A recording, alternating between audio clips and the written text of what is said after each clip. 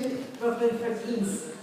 This is such a generous honor, and I have enormous respect for the work that the Brooklyn for Peace has done over the last 30 years, and I've been an ally throughout. And I love the idea that we're getting buttons instead of candy in our bowls. I was told no more than 5 minutes. I'm going to really stick to that. My own journey and choices of activism have always asked the question, how can we engage new voices, new activists in creating democratic participation in our society? I've been through many twists and turns, including a very fortunate academic and community activist career at Brooklyn College that achieved yay! How many of you are connected to Brooklyn College? That achieved, along with my many colleagues and students, many long-lasting institutions. And when I look at Barbara Winslow, I think I've got to say the Women's Studies program, absolutely. That really was my entry to the college. But we also created the Brooklyn College Community Partnership, providing arts and college prep opportunities for 1,500 youth every week from some of the most underserved middle and high schools in Brooklyn. That organization is now 22 years old. Second, my colleagues and I initiated, developed, brought to power a rank-and-file caucus that became the new leadership in the Professional Staff Congress of CUNY. And now is one of the most progressive and activist union locals in New York City and perhaps the nation. So why turn to develop a new movement, the food justice movement, in the form of the Brooklyn Food Coalition? As Brooklyn for Peace would say, there are many paths to peace and many paths to educating, activating, and creating a mass movement. The food justice movement addresses 3 intertwined issues: the struggle to provide healthy food for all, the creation of sustainable food systems, and justice for food workers. These issues provide dynamic ways to engage people in solving day-to-day problems they experience on very grassroots and concrete levels. And they open the door to educate and rouse people about the growing and dangerous control the multinational corporations have over our lives. The food corporations affect all of us every day. They dominate our bodies, our pocketbooks, our minds.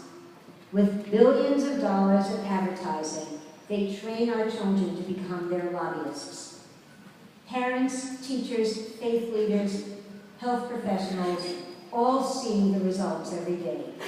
The food corporations not only breed diet-related diseases on a mass scale, but they also contribute mightily to climate change. The food system accounts for 1/3 of all greenhouse gases. These multinational food corporations are key players in increasing inequality in income and political power. This movement to change the food system is quite homegrown. It's local in its organizing and focus. We want fresh, healthy food for our people, and that means locally grown by farmers and producers who care about our collective health, not just profits. But this movement is global as well, across the planet. The same multinational corporations that control our food system are pushing farmers off the land, grabbing that land, trying their best to control what's grown, how it's grown and produced, and how it is distributed. They create monstrous policies like the Trans-Pacific Partnership that would negate the power of national governments and movements to protect our environment and workers so that they can create more jobs. If we let that continue, we will have several outcomes. First, we won't be able to feed ourselves, and we'll be continuously dependent upon multinational corporations for our survival. Second, and don't forget, in the global south, about 75% of the people are farmers. Second, we will have, and in the United States, it's between 1% and 2% of our people are farmers. So we see what's happened here, and that can happen everywhere else. Second, we will have increasing climate change because the methods they use for factory farming, food processing, and distribution heat the planet. And as more and more farmers are pushed off the land and food and water are controlled by these multinationals, it means that there will be more failed states, more civil and international wars. So all of these factors are dynamically linked. In response, our movements must be linked. We need to engage in strategic thinking and creative campaigns that will challenge the power of the multinational corporations, those that deal in food, energy, and armaments. And we must maximize our alliances and unity.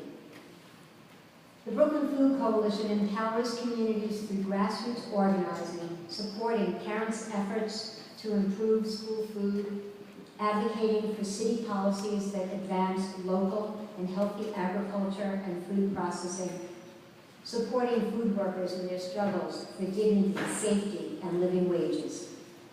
We've been fortunate to have young people and people of color in the leadership and in the trenches of the food justice movement and in the Brooklyn Food Coalition. As I look back on the years behind me, and I look forward to enjoying the years ahead of me, I know that we must engage the people most affected by the corporations that dominate our lives and threaten our futures. It is with them that the dream of participatory democracy must rest. I have had a privileged life of good work, good health, good friends and family, and good movements to carry me through. I wish everyone in this room all of that and more. We have a world to change, and we must do that together. Thank you, Brooklyn for Peace, for carrying this banner for over 30 years.